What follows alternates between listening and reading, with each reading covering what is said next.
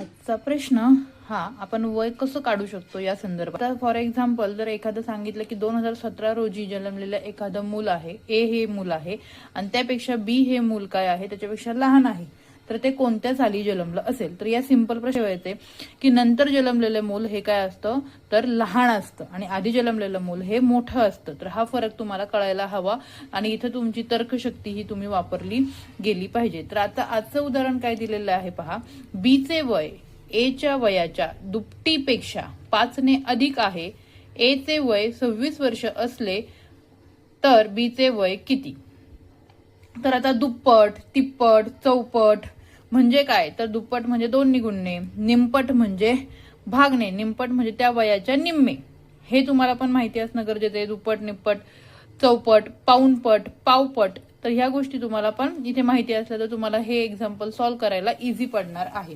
काय दिलंय ए चे वय दिलेले आहे म्हणजे ए चे वय आपलं आहे 26 वर्ष. 26 वर्ष जर ए चं वय असेल तर बी चं वय काय सांगितलेलं आहे पहा.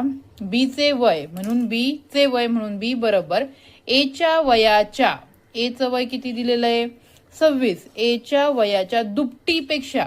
दुप्पट निमपट असेल तर त्यावेळेस आपण तिथं गुणाकार हे चिन्ह वापरतो आणि दुप्पट म्हणून दुप्पटसाठी आपण यूज करणार आहे 2, तिप्पट असेल तर 3, चौपट असेल तर 4 आणि जर निमपट असेल तर त्या वयाला निम्म करायचे. निम्म करण्यासाठी आपण भागिले 2 करतो, हे लक्षात ठेवा.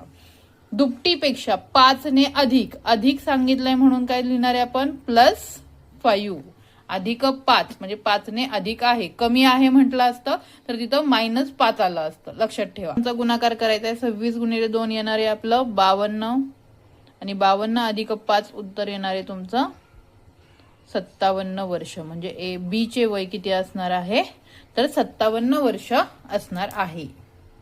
पहा खूप गमतीशीर असा प्रश्न आहे. तर तुम्ही तिथे डोकं नाहीच चालवलं तर तुम्ही तिथे 1 मार्क तुमचा जाऊ शकतो. रमा व माया यांच्या वयात 15 वर्षाचे अंतर आहे तर आणखी 12 वर्षांनी त्यांच्या वयात किती वर्षाचे अंतर असेल. असा प्रश्न दिसला की मुलं लगेच कॅल्क्युलेशन करायला सुरुवात करतात. बिलकुल थोडाही विचार न करता, कल्पनाशक्तीचा वापर न करता डायरेक्टली कॅल्क्युलेशन काहीतरी करतात आणि उत्तर काढतात.